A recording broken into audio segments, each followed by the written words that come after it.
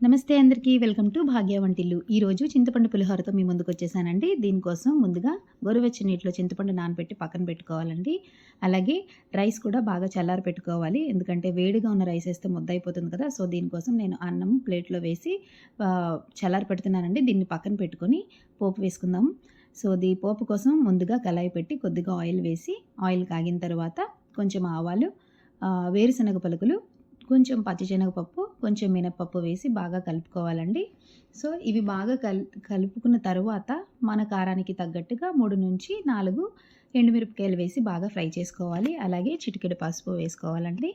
కొంచెం ఫ్రై అయ్యాక చింతపండు పులుపు వేసుకోవాలి. సో, నేను పసుపు కొంచెం తగ్గినట్టుంది, మరి కొంచెం యాడ్ చేసుకున్నాను. అలాగే ధనియాలు, జీలకర్ర ముందు పొడి చేసుకున్నానండి, అది కూడా యాడ్ చేశాను. చిటికెడు కారం, కొంచెం ఉప్పు వేసి బాగా కలుపుకొని ఈ పులుసు మరిగేలోపు మనం ఒక పొడి తయారు చేసుకుందామండి. దానికోసం వేరే బాణలిలో కొంచెం నువ్వులు వేసి బాగా రోస్ట్ చేసి దీన్ని మనం మిక్సీలో వేసుకుంటున్నామండి.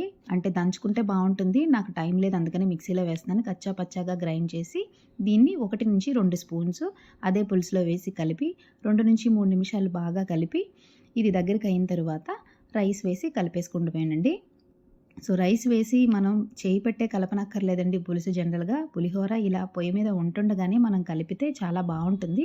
సో, ఇది అంతా రైస్‌కి పట్టిన తర్వాత ఇక్కడ ఈ స్టేజ్‌లో నేను పచ్చిమిరపకాయ, కరివేపాకు యాడ్ చేస్తున్నానండి. ఇవి లాస్ట్‌లో ఎందుకు యాడ్ చేస్తున్నానంటే ముందుగా వేస్తే పచ్చిమిరపకాయ కలర్ చేంజ్ అయిపోతుంది. సో, దానివల్ల అంత కలర్‌ఫుల్‌గా ఉండదు.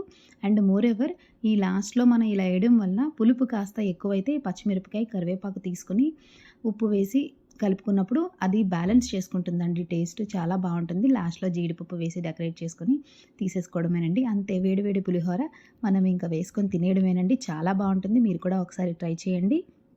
నా ఛానల్ ఎవరైనా ఫస్ట్ టైం చూస్తే ప్లీజ్ లైక్ చేయండి, షేర్ చేయండి, సబ్స్క్రైబ్ చేసుకోండి. Thank you all.